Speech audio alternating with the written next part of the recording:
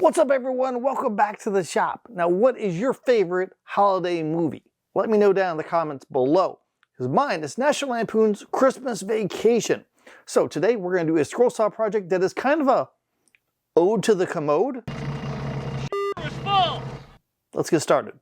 Let's start this project off by making us a substrate, and that's going to hold all of our tiny little scroll saw pieces that we're going to cut out. Now I want this to be dark, so I'm taking some Wingate and making my own veneers out of this using the table saw and then the bandsaw. Now the reason why it's dark is because this is going to be those darker areas, the shadow lines, the little areas of darkness that are kind of peeking out in between each piece. That's what we need the Wingate for. I got my Wingate veneer and I have some poplar veneer, so I'm going to glue those onto this piece of MDF. The Wingate goes on the front, that's going to be the dark negative space for our picture. The poplar goes on the back, that's the part you don't really see. But if you're ever doing any laminations of panels, you want to make sure that you glue stuff on both sides. If you only do one side, you can have a tendency of it cupping. You don't want that.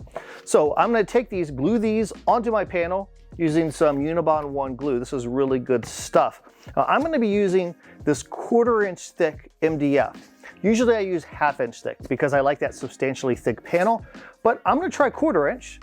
Be a lot lighter. We're going to see how this holds up, if it flexes or cups or anything like that over the process. It's always good to try different things because who knows, we might find a method that works best for us down the road that we like better. So I'm going to use this little rubber roller, roll it all in there, put the stuff on there, put it by press, smash it down. I go through this whole process of gluing all these pieces up, and it's just because I want to have all of the colors be from natural wood. I don't want to paint it or stain it or dye it, but that's just me. So you don't have to go through all this. You could simply get a piece of plywood and stain one side of it black or dark brown, and that's your show side, and then rock and roll that way. So just because I do it this way doesn't mean that you have to do it this way.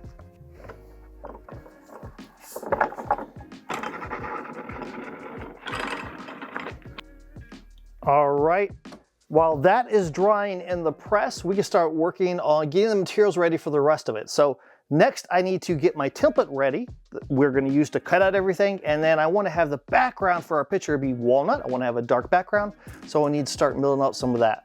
I got my sweet template of Cousin Eddie here. Now it took 2 sheets of paper I had to tape together to make one large template, but it looks pretty cool. Now I'm thinking the background should be dark, because he's wearing a white robe and I want that to kind of stand out, right? So what I did was I made this. This is a thin walnut panel, about 1/8 of an inch thick. I had to mill up a piece of walnut and then use the table saw and then the bandsaw to slice it down, and did a little bit of sanding and all that kind of good stuff to get it down to its final dimensions. Again, about 1/8 of an inch thick. So I'm going to take my template, I am going to stick it on here using some spray adhesive, and then we're going to cut it out. First thing I'm going to do is take some contact paper and stick it onto my walnut. That's going to make it way easier to peel the template off later on.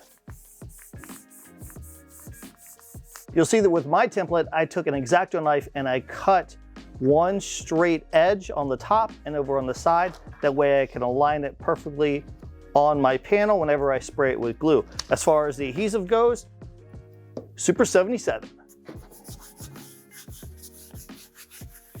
And the last step is to cover the template with packing tape so it doesn't fray up as we're cutting.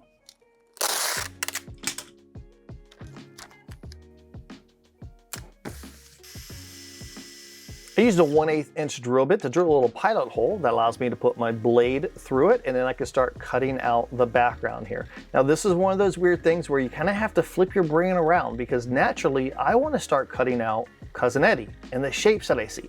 But that's not what we're doing here. We need to cut out the silhouette of him. So it's perfectly okay to cut through Eddie's leg, because we can cut him up. We're going to make his pieces later on. We just want to make sure that we're keeping the silhouette intact. We don't want to cut the brown, the walnut pieces. We don't want to cut those in half. We want to keep those solid. Just like whenever we did the original glue up for our panel, same thing with this. Apply some glue to the silhouette piece, glue it onto the panel, and I'm going to use my veneer press to do this. I took the panel out of the press, cut it down to its final size, and then I started working on making a picture frame. I like to make my own frames for my scroll saw work, So I grabbed some Wingate, cut a rabbet on the bottom side of each of my boards, then use my picture frame sled to cut all my 45-degree angles and then glue it all up. This is just a really simple frame, nothing really complex with this, but we can make it look really cool whenever it's all said and done. I glued the panel into the frame. Now I have one solid piece, good stable surface, and I can put all my little pieces in it, reference it up against the frame edge, so we're good to go. So now we're gonna start working on Cousin Eddie. I've got two different types of woods here. I've got some holly and some sycamore, so two different light shades of wood. So I'm gonna start working on his robe. I basically work my way from out inwards towards his bare area. I don't need to cut all this out and stick it on a board because we'll have all this wasted area. So instead, I'm gonna take this a little bit at a time. So I'm gonna basically like slice it like this and do essentially 1/2 of his robe, put that on my board, cut it out, and just kind of install this one piece at a time.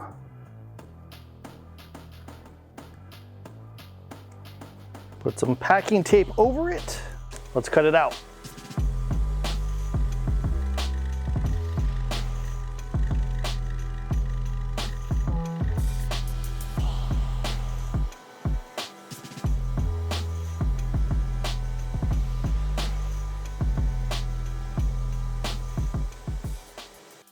I got one side of Eddie's robe done, then I turned my attention to doing his actual skin tone, his chest, his face area. I use sycamore for that. Now I'm going for kind of a sketchy look with this, so not a whole lot of fine details to cut out, which makes it a little bit easier for me. I'm using a combination of Titebond wood glue with medium thickness CA glue or super glue to glue all of my pieces into place. The wood glue is going to provide that strength, while the CA glue just makes sure that it sticks really fast. I found a piece of canary wood that has kind of a greenish tint to it, so I used that to make his hat. And I know whenever I put finish on this, it's gonna be kind of a greenish brown, but you know, it'll just look a little bit dingy, which I kind of expect Eddie to have a dingy hat. So now we basically have his upper body done. I know we still gotta do his hand with the can and cigar in it, but I'm gonna start working down first. I'll do these little pieces a little bit later on with some little offcuts that I have. So now it's time to work on that lower body, the lower part of his robe, those really white legs of his, black socks, and then start working down towards that hose and all the other stuff. What I really like about scroll sawing is that I can just turn my brain off and just go at it.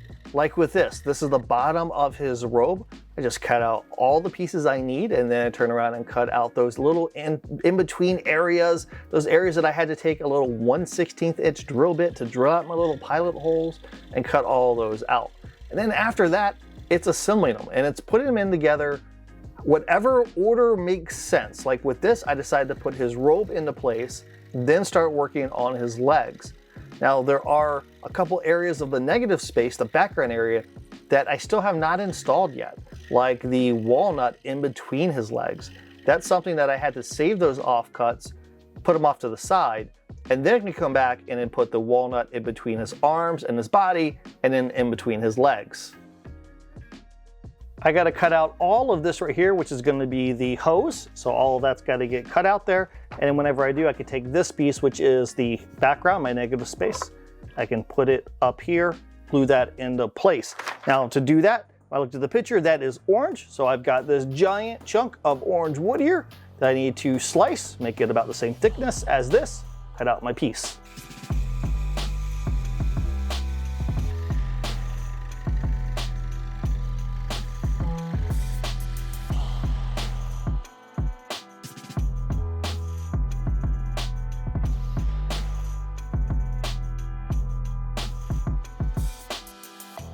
I was trying to figure out how to make this can that he's holding here. The difficulty with that is that it's aluminum and it's kind of grayish, and that's not something that's typical in wood. But I did find this piece of walnut here. You can see the dark area of the walnut is like this right here, and over here is more into the sappy area. And in this transition, there's this grayish, bluish, purplish kind of color. And it even has a little bit of a shimmer when you move it back and forth. So I'm gonna try to cut out the can in this area, like right here.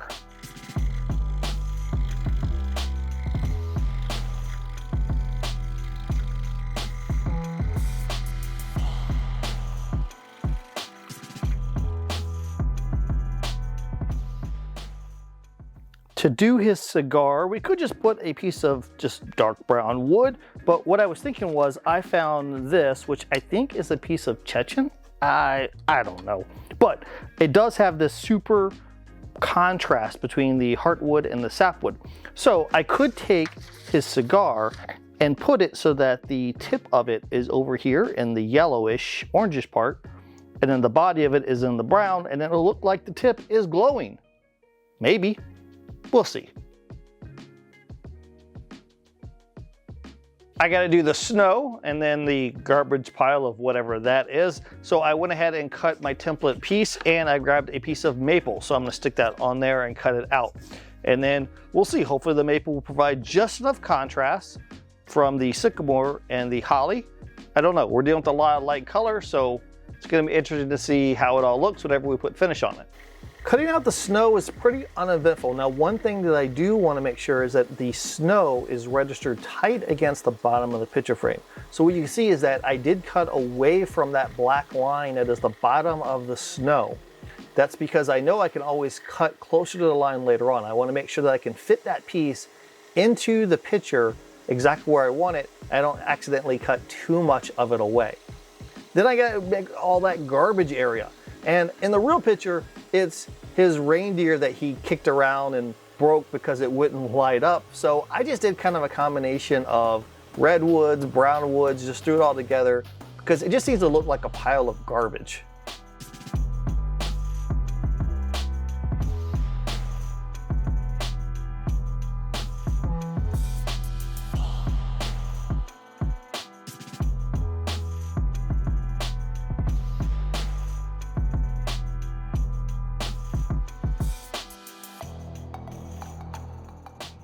The picture is complete. I think it looks cool. Now, I was planning on putting little light bulbs all around the frame, but I decided in hindsight, I think I'm gonna skip those because I think they may detract from the overall picture, but still a good idea. I could see somebody wanting to do that. So now it's time to apply finish. So we want something really easy to apply, also something that will get inside all those little cutouts. So I'm gonna apply a wipe-on poly, but I'm also going to thin it with some mineral spirit so it's super thin. I've got a brush here. I'm going to get it inside those nooks and crannies first, then cover the rest of the picture. We're probably gonna need to apply about 3 coats.